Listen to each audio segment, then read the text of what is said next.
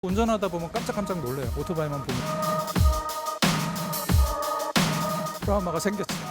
말로 설명 못해요.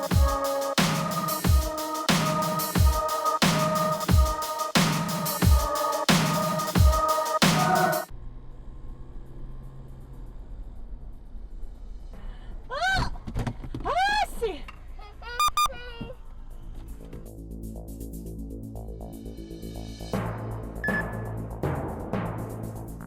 전용차로 뒤로 버스 따라 가다가 차가 이제 버스가 서니까 둘이 다 같이 끼어들면 이렇게 사고를 난 것 같아요.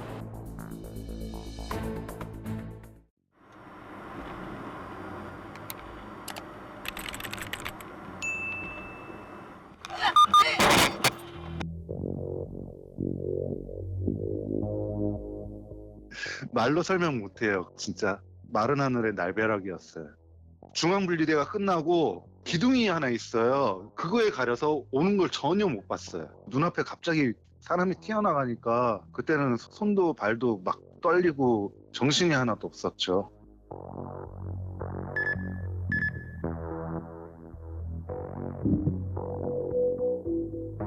일단 2차 사고 예방하기 위해서 오토바이를 한쪽으로 치웠고요. 전혀 그런 장비를 안 하셔가지고 안타까웠어요.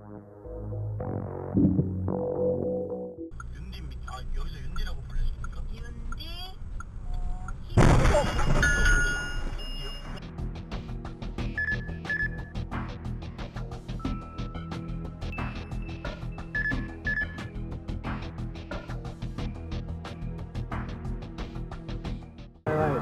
반도 유보라가.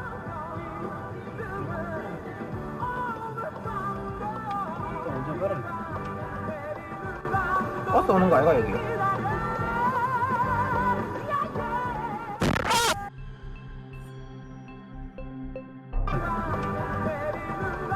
버스 오는 거 아이가 여기?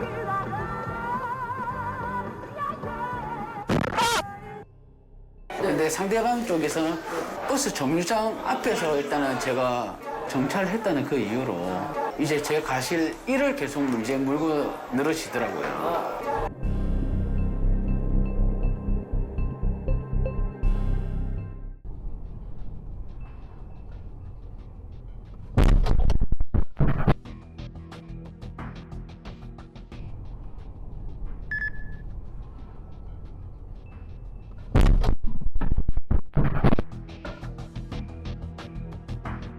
너무 안일하게 운전했죠. 그냥 헬멧도 안 쓰고 한 손으로 핸드폰 하면서. 코를 이제 잡으려고 이제 쳐다보고 있다가 이제 그것 때문에 사고 많이 나죠. 타 경쟁업차랑 너무 경쟁이 심하니까 요새 레드오션이라서 어쩔 수가 없는 것 같아요.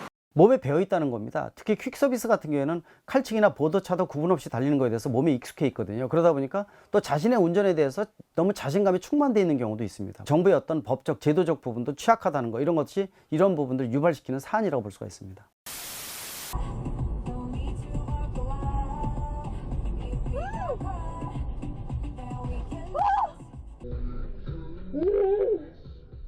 갑자기 오토바이가 칼채기로 들어와서 한번 놀랐는데 그 다음에 트럭을 받고 경찰을 보고 역주행을 해서 뺑소니를 하더라고요. 들어올 당시엔 오토바이인 줄도 몰랐어요. 자동차 전용 도로니까 뭐 이륜차나 또 이런 것들이 들어오면 안 된다고 생각을 하는데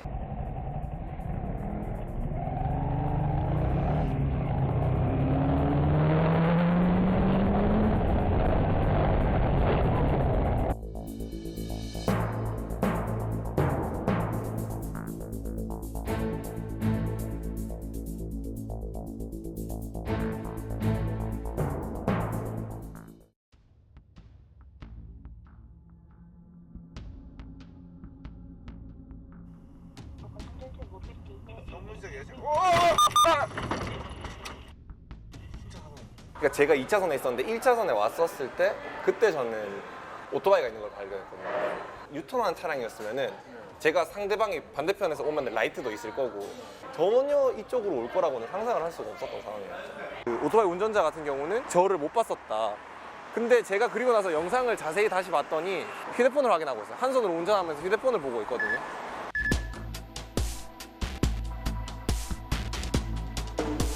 자동차 같은 경우에도 지금 최근에 들어와서 내비게이션이 일정 속도 이상이 되면은 아예 내비게이션 조작 스위치가 먹질 않습니다. 을 받아서 이동 중에는 앱이 동작이 안 되게끔 만든다든지 일부분 주변에 정차한 다음에 앱을 받게 한다든지 운행 도중에는 통화를 못하게 하는 것도 하나의 중요한 방법이 아닌가 이렇게 보고 있습니다.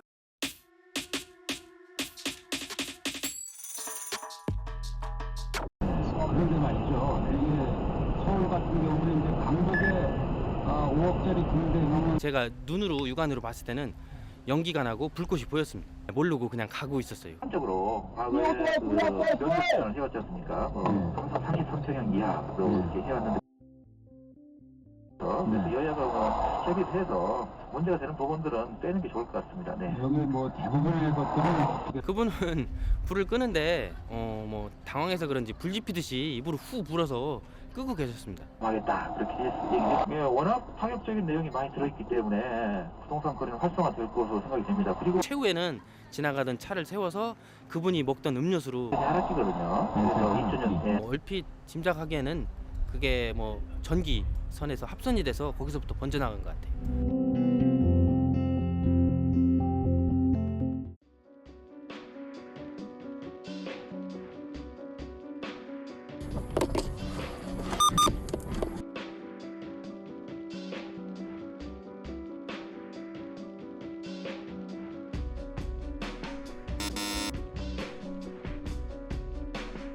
자기가 죄송하다, 자기도 뭐 자기가 한눈판 것 같다라고 얘기를 하고 100% 잘못한 것 같다 먼저 얘기를 하시더라고요. 사실 제가 이제 출퇴근 보험이라서 일단 지금 보험 접수를 해드릴 텐데 상황이 어떻게 될지 모르겠다. 보험사 오면 말 좀 잘 해달라라고 했어요.